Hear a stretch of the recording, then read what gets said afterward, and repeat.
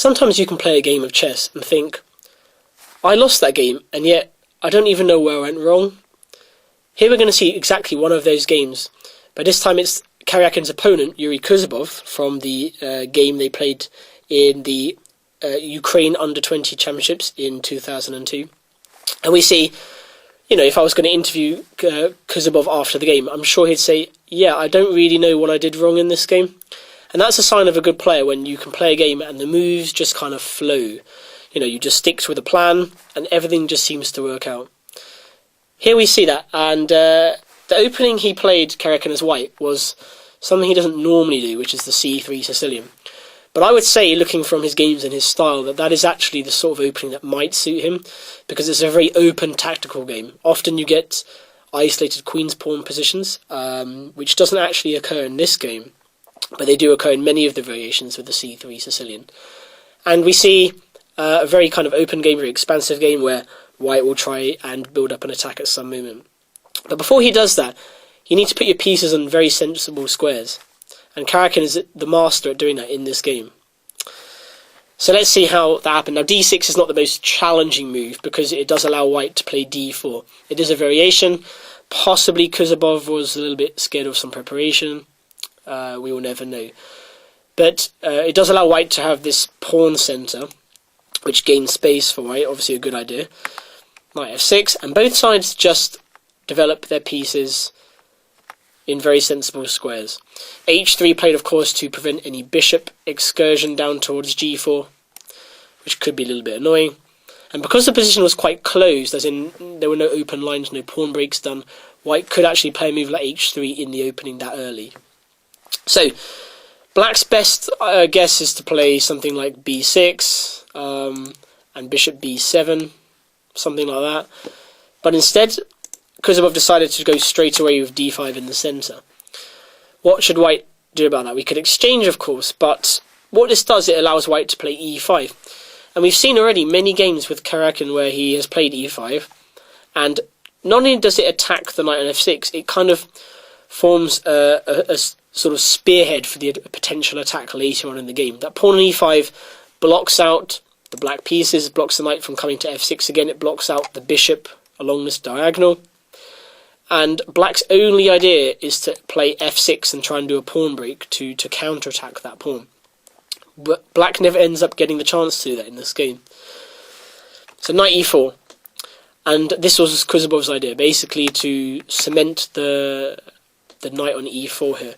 But is the knight that secure? Well, potentially yes, potentially no. I mean, white has this idea of f3 to kick it away. And that explains Karjakin's next move, which was knight h4. So instead of developing the pieces on the back rank as he could have done here, he decided that he should try and upset this balance of black's minor pieces. And I think he was trying to prove that black's minor pieces were not really on good squares at all here.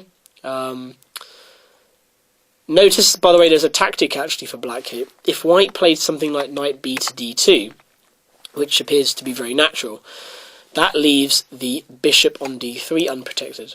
So black actually has a tactic with knight takes f2 and bishop takes d3. So something for white to watch out for there. So, knight h4. And what does black do? Well, black could go e6 here and try and attack the knight on h4.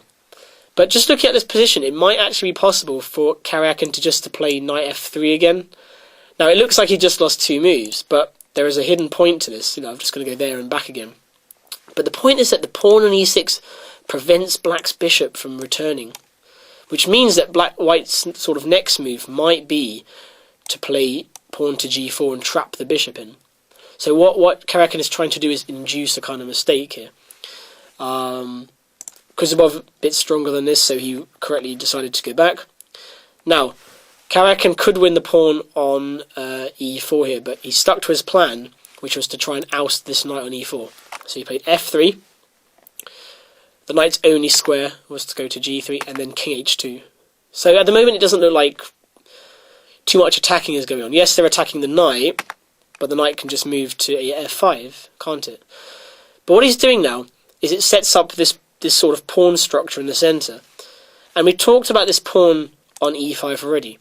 That's going to be a very important pawn for white, to block out that bishop on g7. And just watch how white's moves just kind of flow together in this game. Very impressive from Karjakin. So, there was a mass exchange here, and then d takes c5. Now that's the kind of move which a lot of people wouldn't really want to do. They might want to keep this lovely pawn formation they have here. But the point of Karjakin taking that pawn on c5 was not to actually win a pawn.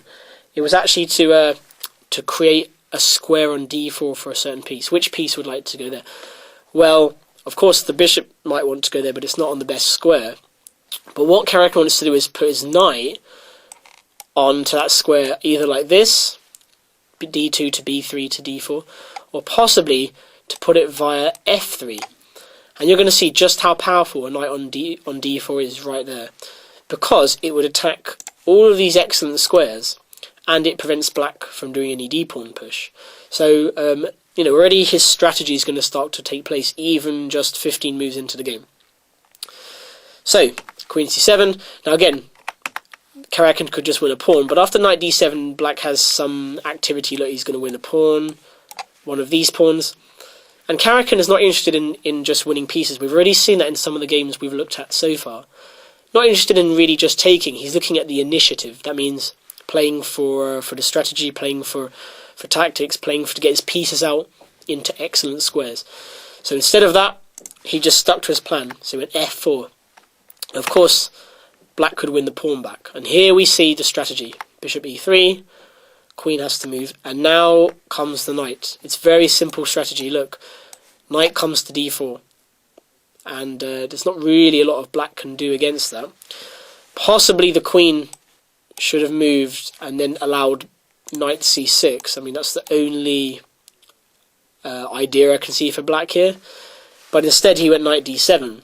And after knight f3, just watch the flow of Karjakin's moves from here on in. It's very impressive. I mean, he doesn't seem to do anything unusual, anything spectacular, but it just seems to flow together. So, knight d4. Now, this is probably the critical moment. What to do in this position. Which side of the board should we be playing on? White, of course, could try many different ideas, but Karjakin, being the attacking player he is, decided, yep, I'm ready, got all my pieces out, g4. Is that a reckless move? No, because black's pieces are not in any position to take advantage of the white king. And most importantly is control of the centre. Talked about that pawn on e5, and it's securely supported like this. White has a lot of central control, and that allows white to play a pawn move like pawn to g4. And black has to do something about this pawn on f5, because he can't just allow white to take it. So he had to play takes. But now, queen takes g4. Very impressive, because there is a huge number of threats going to be appearing down this file. Black actually only has one move, which he finds, of course. But white's threat is to play rook g1, and it's going to be checkmate on the next move. So, king h8. And again, just watch white's upcoming moves. I think even strong club players could find these moves. And it's one of those games you think, I wish I could just play like that. I mean, how do my games not ever appear in this manner as of Karjakin's? But that's because of the idea of the initiative and everything we've talked about being really important. Rook g1, rook g8, and just simply get the queen in, throw the queen in towards these pretty dangerous squares for black. If white could land in one of these, it's going to be quite dangerous. So, knight f8. Now, defending the pawn. What does white do? Which piece have we not used? The rook on a1. How are we going to bring in? Lots and lots of squares, of course, but Karjakin decides on a lovely idea, which is to play rook g4. And the idea is, he says, well, what I'm going to do is bring the rook in on the g file. And if I do that, black is always going to have to worry about ideas coming in on g7 or g8. And that's exactly what happens in the game. Just compare, by the way, in this position, the white pieces, the white major pieces, compared to black's pieces. There's a complete contrast. White has all of his pieces in excellent central attacking squares. Black's pieces all kind of hold up in the corner like this, and what's the knight doing on f8 apart from defending, and it's not that great for black. So we see black just shuffling around. Rook g1, again, very smooth. Now, it's time for the breakthrough. Many different moves here that white could have played. Of course, the computer is going to come out with something very nice. And well done, by the way, if you can spot what that is. Rook takes g7. Not very a human move, but and the idea is to play f5. And this is even apparently worth an exchange. And the idea, well, it's practically threefold. f6 check. Some idea of bishop h6 and coming in on g7 with a queen at some moment. And last but not least, of course, if black ever takes, then the knight comes into f5 with devastating effect. So that was one idea. Of course, you can understand, we as a human, we're not going to play like that. Karjakin decided the knight is fantastic here, but it might be even better on g5 or on h4. I think also he noticed that black really hasn't got many moves, so he just plays very sensible moves. And now knight h4, which caused resignation, surprisingly. But if I just give you a sample line as to what white is threatening here, well, the idea of knight h4, it not only looks towards the g6 square, white's threatening to go f5 as well, and the knight would come in like this. So, for example, if black goes b4, not only is f5 a good move, but white now has a lovely move, queen h6. Of course, if bishop takes h6, we have checkmate on g8.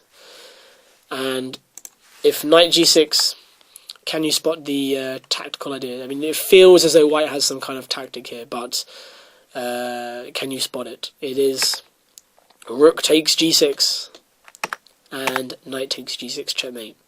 So very impressive again from Karjakin. Kuzubov played sensible enough developing moves, but I think once he didn't challenge that knight on d4, the game was already over for him. And very impressive the way that Karjakin played g4 and brought his pieces in on the g-file. So very nice attacking game. And if you like attacking games, I would advise you to go through that one again to really see how Karjakin noticed the characteristics of the position.